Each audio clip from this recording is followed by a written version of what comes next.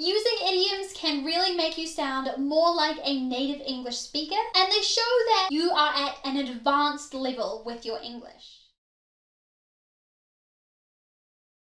Hey everyone, how has your week been going so far? My name is Catelyn, and today we are learning some more English idioms. This video was actually inspired by this shirt that I bought recently. I felt like the color was just such a nice forest green, and it really reminded me of nature and plants and trees. So I thought, why not make a video all about English nature idioms? Because we have so many of them. Learning English idioms is really important for you guys because we use them all the time in our spoken English. So you need to know how to understand them and how to use them. So let's get into our lesson. Our first idiom is to beat around the bush. And this means that you don't say something directly to a person. You say it in more of a roundabout or more polite way. For example, if somebody asks you to be their girlfriend or their boyfriend, but you don't really like that person, so you want to say no, but you also don't want to hurt their feelings. So instead you might say, "You're a really nice person, but maybe we should just be friends." You're not saying no directly, you're beating around the bush.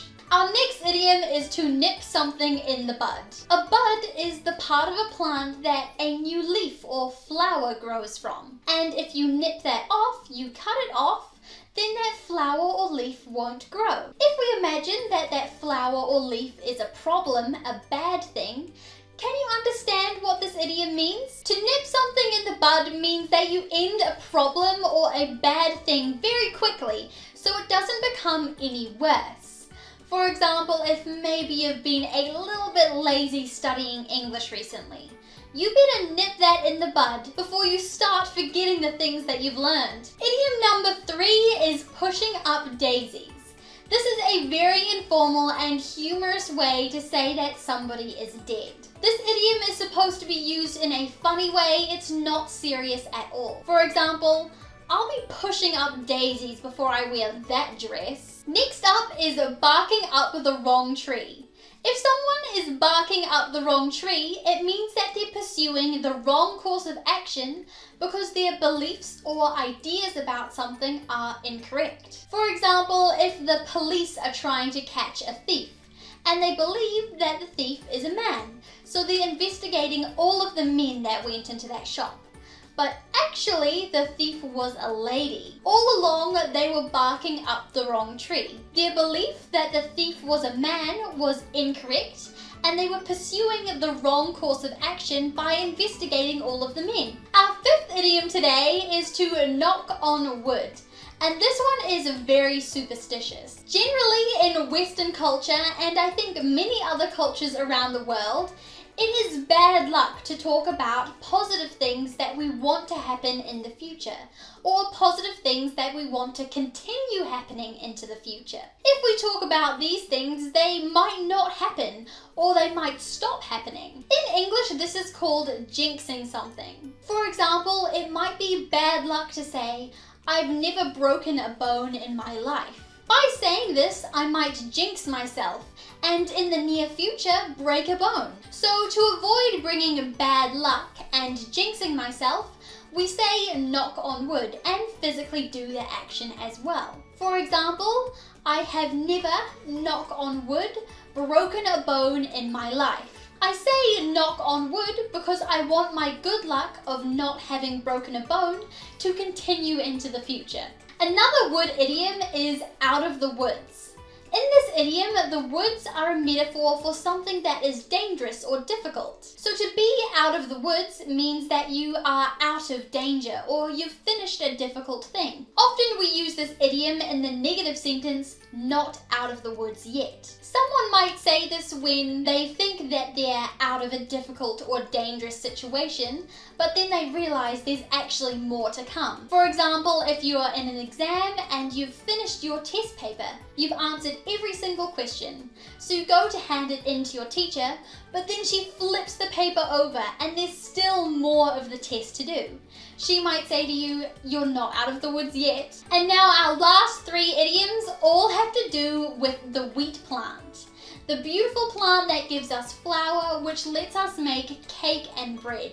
Two of my guilty pleasures, my favorite foods. Our first wheat idiom is to hit the hay. Hay is wheat that is used to feed animals.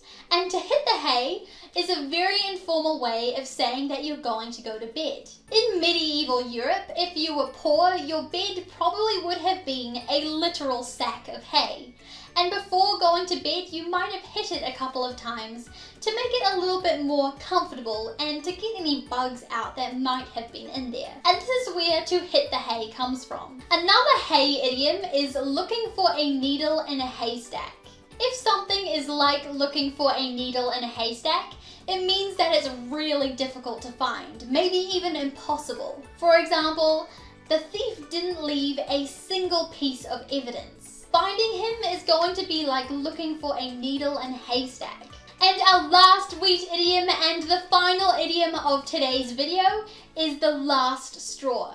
Straw is the stem of the wheat plant. The last straw is the last bad thing to happen in a series of bad events which makes you lose your temper.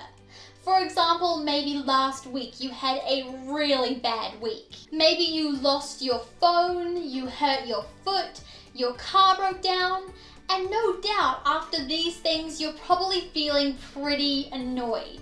But then one more bad thing happens. You lock your keys inside your house, and this just makes you lose your temper. Maybe you start yelling and punching things, or maybe you just break down crying. Locking your keys inside your house was the last straw.